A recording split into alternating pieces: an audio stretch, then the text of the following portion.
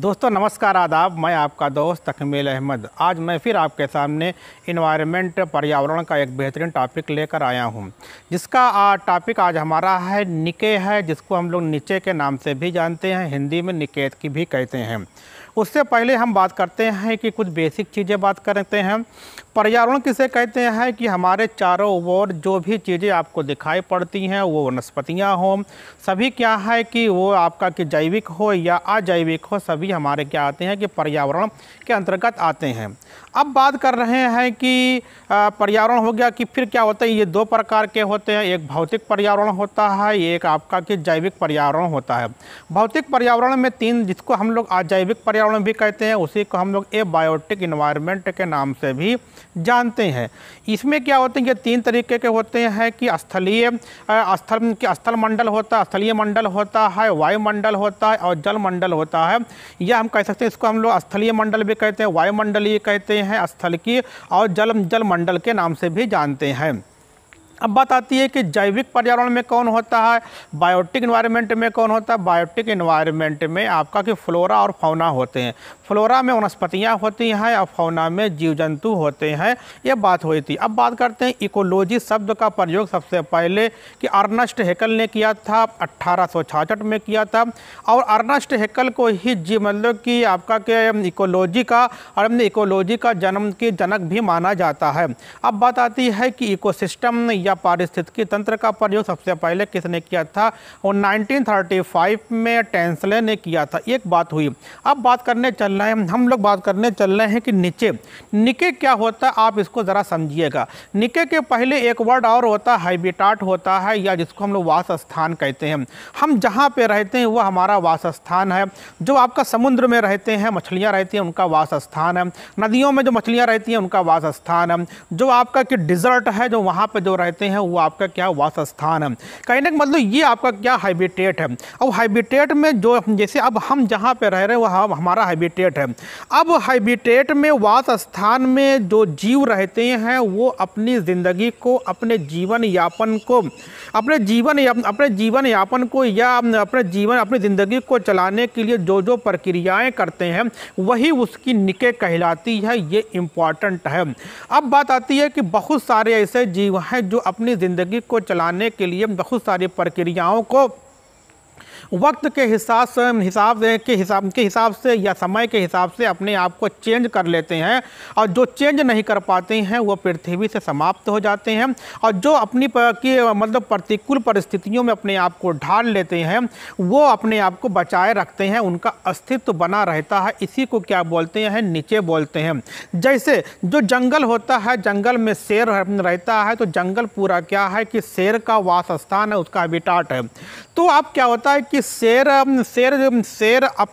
अपने भोजन के लिए जो जो प्रक्रियाएं करता है वो शेर का निके कहलाता, शेर का नीचे कहलाता, शेर का नीचे निकेत कहलाता है। जैसे अब आप अपनी ज़िंदगी को जीने के लिए जो जो प्रक्रियाएं करते हैं, खाना खाते हैं, ये आपका निके है।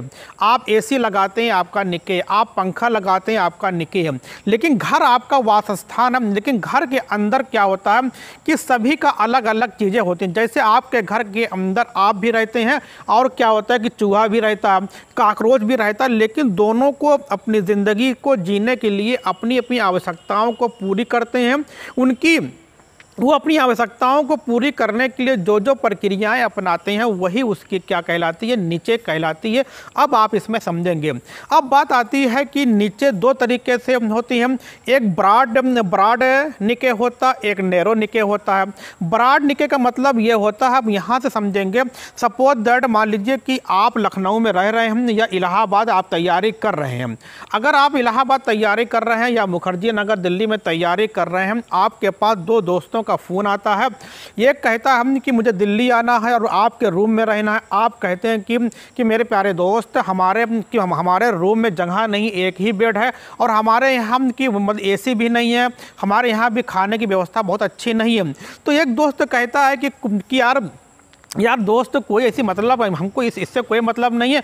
अगर आपके एक ही बेड है, हम नीचे सो जाएंगे। अगर आपका खाना अच्छा नहीं है, हम जो खाना वो भी वही खा लेंगे। आपके रूम में एसी नहीं है, हम बगैर एसी की अपनी ज़िंदगी को 2 दिन को जीना हम जी लेंगे। इसको क्या बोलते हैं? इसको बोलते हैं ब्रॉड, नीचे के लोग बोलते हैं। ये देख रहे हैं कि ये दोस्त क्या है, आपको वो अपने आप को वक्त के हिसाब से, परिस्थितियों के अनुसार अपने आप को ढाल लेता है। और जो भी काम उसको रहता है, मुखर्जी नगर, इलाहाबाद, अगर आप रहने वहाँ पे काम करने के बाद उसको यदि बुक लेना है, नोट्स लेना है, वहाँ से लेकर फिर अपने घर चले जाते हैं। इसको बोलते हैं कि ब्रॉड, नीचे के लोग बोलते हैं। वो कभी भी परेशान नहीं रहता। एक दोस्त ऐसे होते हैं कि मुझे आपके यहाँ आना है, मुझे बेड पर ही सोना है, मुझे एसी ही चाहिए, मुझे बिस्लरी पानी ही चाहिए। तो कहने का मतलब क्या है कि वो अपने आप को, अगर आप उनको ये चीज़ें प्रोवाइड नहीं करते हो तो वो आपको 3-4 घंटे में आपके रूम को छोड़कर चले जाते हैं।